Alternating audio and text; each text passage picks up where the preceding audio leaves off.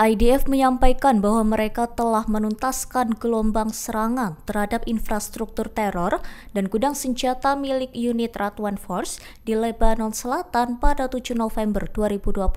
Serangan itu berada di bawah Komando Utara dan didukung Angkatan Udara Israel. Militer Israel menjelaskan bahwa target tersebut merupakan fasilitas teror serta sejumlah lokasi penyimpanan senjata yang berafiliasi dengan Radwan Force. IDF juga menuding Hizbullah terus berupaya membangun ulang jaringan teror di wilayah selatan Lebanon. Upaya tersebut menurut mereka difokuskan untuk memulihkan kemampuan unit itu dengan tujuan membahayakan Israel. Sebelum serangan dilakukan, IDF mengklaim telah mengambil langkah untuk meminimalkan potensi korban sipil. IDF menambahkan bahwa beberapa gudang senjata yang diserang berada di tengah permukiman warga. Mereka menyebut keberadaan fasilitas itu menunjukkan bagaimana Hizbullah menggunakan warga sipil sebagai tameng manusia dengan beroperasi dari properti sipil.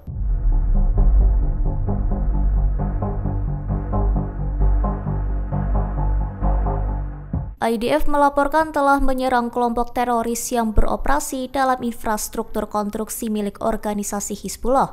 Serangan itu dilakukan dalam operasi terbaru yang dipimpin Komando Utara dan didukung Angkatan Udara Israel di wilayah Lebanon Selatan pada 6 November 2025.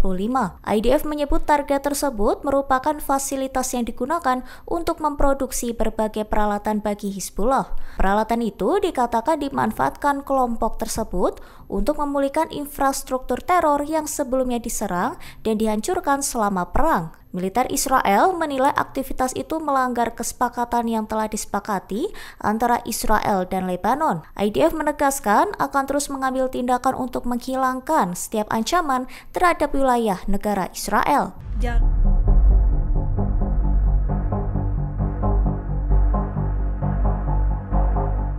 Perdana Menteri Israel Benjamin Netanyahu menegaskan kembali posisi Israel terhadap pemerintahan Donald Trump. Pernyataan itu dikutip dari laporan KBRI pada Kamis 7 November, disampaikan Netanyahu dalam pernyataan terbarunya. Ia menjelaskan bahwa Israel berada dalam situasi membela diri dan memutuskan sendiri titik ancaman yang harus dihadapi. Netanyahu menambahkan bahwa langkah yang diambil Israel akan dilakukan secara langsung di berbagai front. Ia mencontohkan tindakan Israel baik di sepanjang Gaza maupun operasi yang dilakukan di Lebanon. Netanyahu menetapkan bahwa Israel tidak meminta izin kepada Amerika Serikat untuk bertindak. Ia menyatakan Israel hanya akan memberi pemberitahuan kepada Presiden Trump mengenai langkah-langkah yang akan dilakukan. Netanyahu menegaskan bahwa Israel dan Amerika Serikat merupakan dua negara independen yang bermitra. Ia menolak anggapan bahwa Israel adalah proksi atau kekuatan bawahan pihak manapun. Pernyataan itu ia sampaikan sebagai penegasan bahwa keputusan keamanan tetap berada di tangan Israel sepenuhnya.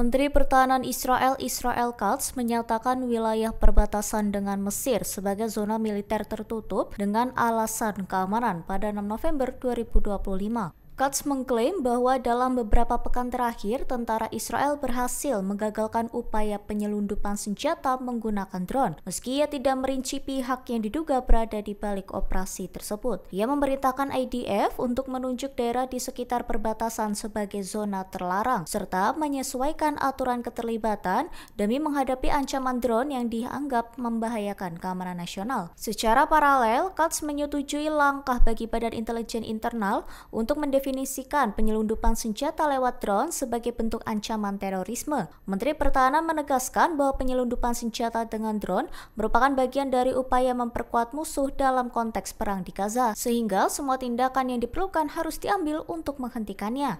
Download Tribun X sekarang, menghadirkan lokal menjadi Indonesia.